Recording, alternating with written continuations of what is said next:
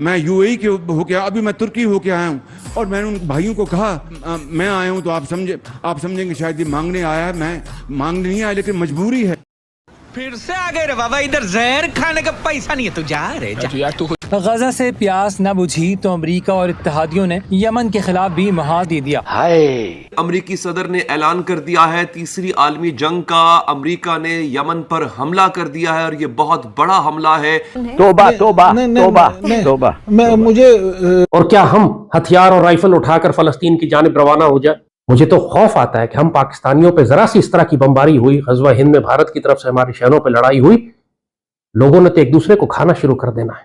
बस हवा निकल गई। अगर कोई आपसे ये कहता है कि आए रजिस्टर करें अपने नाम और हम हजारों लाखों की तादाद में फलस्तीन जाएंगे लड़ने के लिए, वो आपको मरवा रहा है, बेवकूफ बना रहा है, उसकी बातों में मत आइएगा।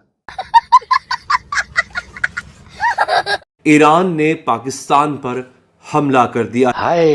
पाकिस्तान जैसी न्यूक्लियर स्टेट की जो जोग्राफियाई हुदूद हैं उनको पायमाल किया गया है, उनको ब्रीच किया गया है, इस न्यूक्लियर स्टेट की सालमियत को चैलेंज किया गया है। ये पिछले 24 घंटे में ईरान ने एक तीसरे मुल्क को टारगेट किया है।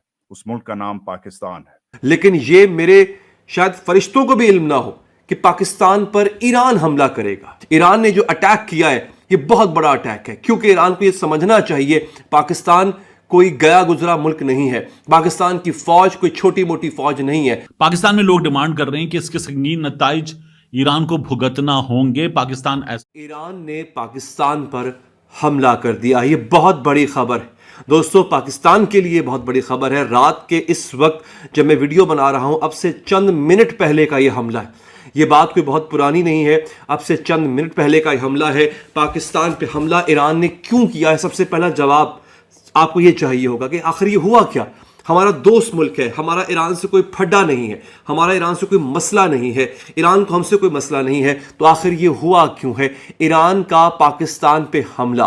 और मैं आपको ये बता दूं नाजरीन कि हमला मिसाइल अटैक से किया गया है, ड्रोन का इस्तेमाल किया गया है, मिसाइलों से हमला किया गया है। पाकिस्तान जैसी न्यूक्लियर स्टेट की जो जोग्राफियाई हुदूद हैं उनको पायमाल किया गया है, उनको ब्रीच किया गया है, इस न्यूक्लियर स्टेट की सालमियत को चैलेंज किया गया है। यानी हमारे जो बॉर्डर्स हैं असल में उसको ब्रीच करके पाकिस्तान पर प्रैक्टिकली बैलिस्टिक मिसाइल्स और ड्रोन अटैक्स किए गए हैं। बैलिस्टिक मिसाइल्स दागे गए हैं, ड्रोन हमले किए गए हैं, और ये किसी और ने नहीं किए बल्कि ब्रादर इस्लामी मुल्क ईरान ने किए हैं। ईरान की तरफ से बॉर्डरिंग एरिया बलूचिस्तान का इलाका पिंजगोर है, जहां पर बैलिस्टिक मिसाइल्स और फिर दो जो ड्रोन अटैक्स हैं, पर्टिकुलरली पैदर पै बल्कि ड्रोन अटैक्स दागे गए हैं, और 2 बच्चे इस सूरत हाल में जाबहक हो गए और 3 खवातीन जान की बाजी हार गई हैं। 3 नौजवान लड़कियां बताई जा रही हैं जो जान की बाजी हारी हैं। ये स्टैट्स जो दिए जा रहे हैं ये अब कुछ ही देर पहले दफ्तर खारजा की तरफ से कंफर्म किए गए हैं, लेकिन अभी तक जिस वक्त मैं आपसे मुखातिब हूं तो उस वक्त पाकिस्तानी मीडिया खामोश है। इंटरनेशनल मीडिया के अंदर खबरें भरी पड़ी हैं, वो क्या एबीसी न्यूज हो, वो क्या रॉयटर्स हो, वो क्या बीबीसी हो, क्या एपी हो, क्या हिंदुस्तान टाइम्स हो। अब ईरानी मीडिया, नेशनल मीडिया ईरानी इरना की तरफ से, ईरानी न्यूज एजेंसी है और उनका स्टेट मीडिया है, उसने पहले कंफर्म किया इस तरह के स्टेटमेंट्स दिए और उसके बाद उसको डिलीट कर दिया गया। इरना की तरफ से यह क्लेम किया गया कि पाकिस्तान के बॉर्डरिंग एरिया बलूचिस्तान में पिंजगोर के इलाके में पहाड़ों में मौजूद मिलिटेंट ग्रुप जैशुल अदल, जिसको आर्मी ऑफ जस्टिस भी कहा जाता है, उसके 2 बेस कैंप्स को अटैक किया गया है, दहशतगर्दों पर वार किया गया है। और एक ऐसे वक्त में हुआ है जब एक रोज पहले मंडे को ईरान ने सीरिया और इराक के ऊपर हमला किया था। ये पिछले 24 घंटे में ईरान ने एक तीसरे मुल्क को टारगेट किया है। उस मुल्क का नाम पाकिस्तान है।